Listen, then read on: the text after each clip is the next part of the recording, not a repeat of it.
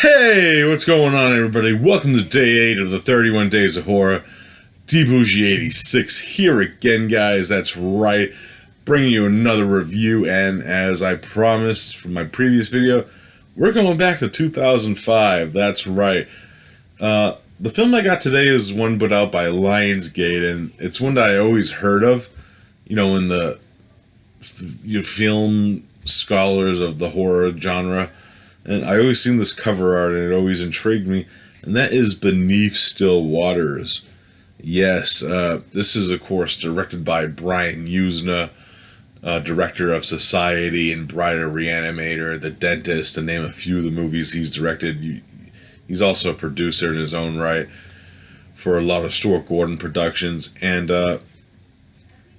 Beneath Still Waters is a very interesting one.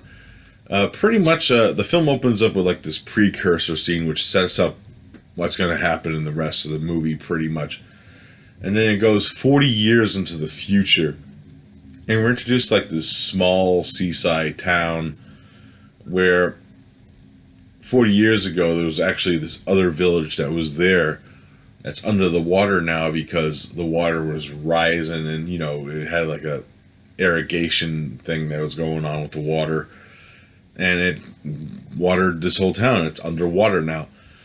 And so pretty much what ends up happening is this village, we're introduced to our main characters. We got Claire and her mom, who's a reporter. And we also have our photojournalist guy that comes in to play, doing a story on the sunken town, pretty much. And we find out, well, we kind of actually know this by this point, that there was some dark goings on in this town with like a cult leader who made like the sadistic cult and killed people pretty much. And it sets up where that guy is actually still around, and he's still doing stuff around the shadows and stuff, and he's setting things up where he's influenced the town heavily. And then all hell breaks fucking loose at the very climax of the movie, where there's shit in this movie where you actually don't expect shit to happen, and it's like, whoa, what the hell, yeah, that's pretty much my thoughts on the opening of the movie and the main setup of it. Now, my thoughts on it as a whole, I actually like the concept of this movie very much. I like the idea of it. It actually has a very cool storyline to it, which I really dig. I dig the aspect of it. It feels like if Dagon mixed with like City of the Living Dead in a sense.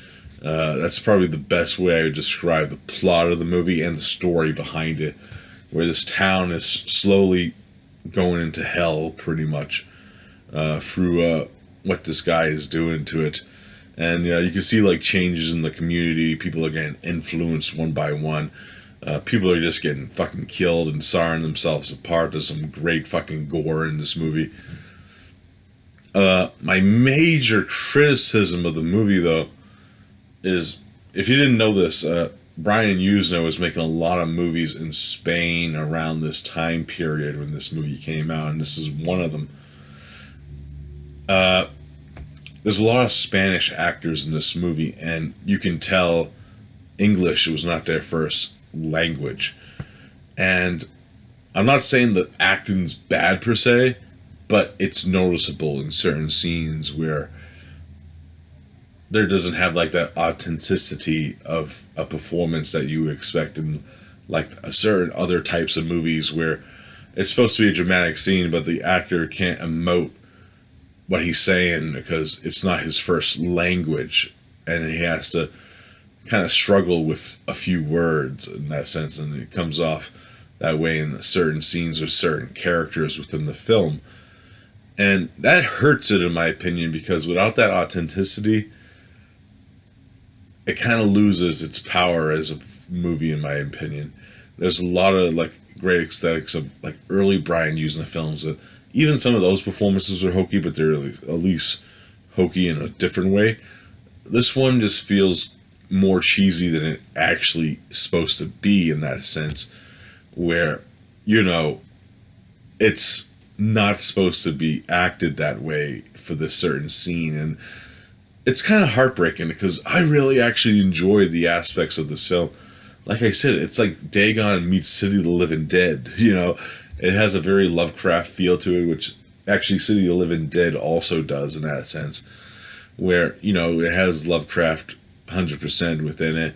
And I like how there's some great effects in this movie. There's a scene in particular where this guy is just sawing his whole foot off, and it's fucked up. Like half his arm is gone. And it's like, whoa, what the fuck? There's some great imagery with that.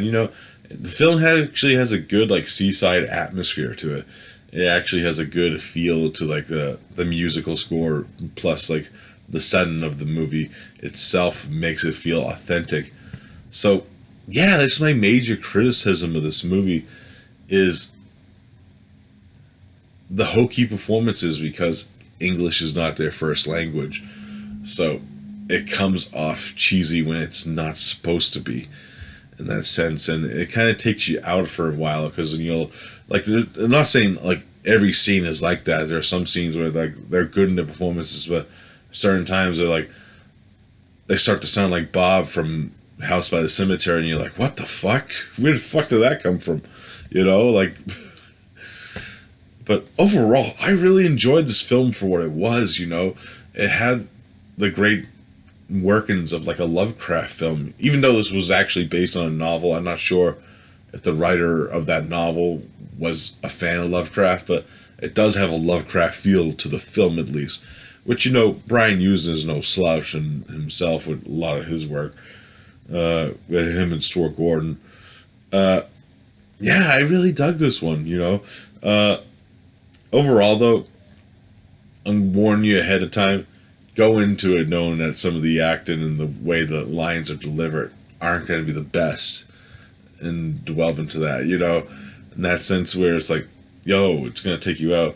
But overall, I still really enjoyed Beneath Still Waters for what it was, If I had to rate it, I'm going to get a solid like 6.5 to 7 out of 10. I haven't really decided. It's kind of, fucking act, the way that the lines, it hurts movies in that sense. I would actually watch a all Spanish speaking version of this movie to see how it would play better. I think it would play a lot better in that sense, but overall, still an enjoyable film in my opinion. If you like anything like this, the way I described it, you'll like this movie. Just go into it knowing that it has some hokiness within it, unfortunately. But Beneath Still Waters, interesting movie. Yeah. Also, I should mention before I go on, it's actually the first on-screen performance by Harvey Baudet, who would later go on to play like Mama, the Thin Man from Wreck. He also played the leper from the It movies. Yeah, he plays one of the creatures in this movie, and yeah, it's pretty fucking scary. It's actually one of the scenes I actually jumped to. I'm like, whoa, what the fuck is that? But yeah, good shit. All right, guys, that's it for day 8. I'll be back tomorrow or another one. Not sure what I'm going to review yet, but see you then. Peace out.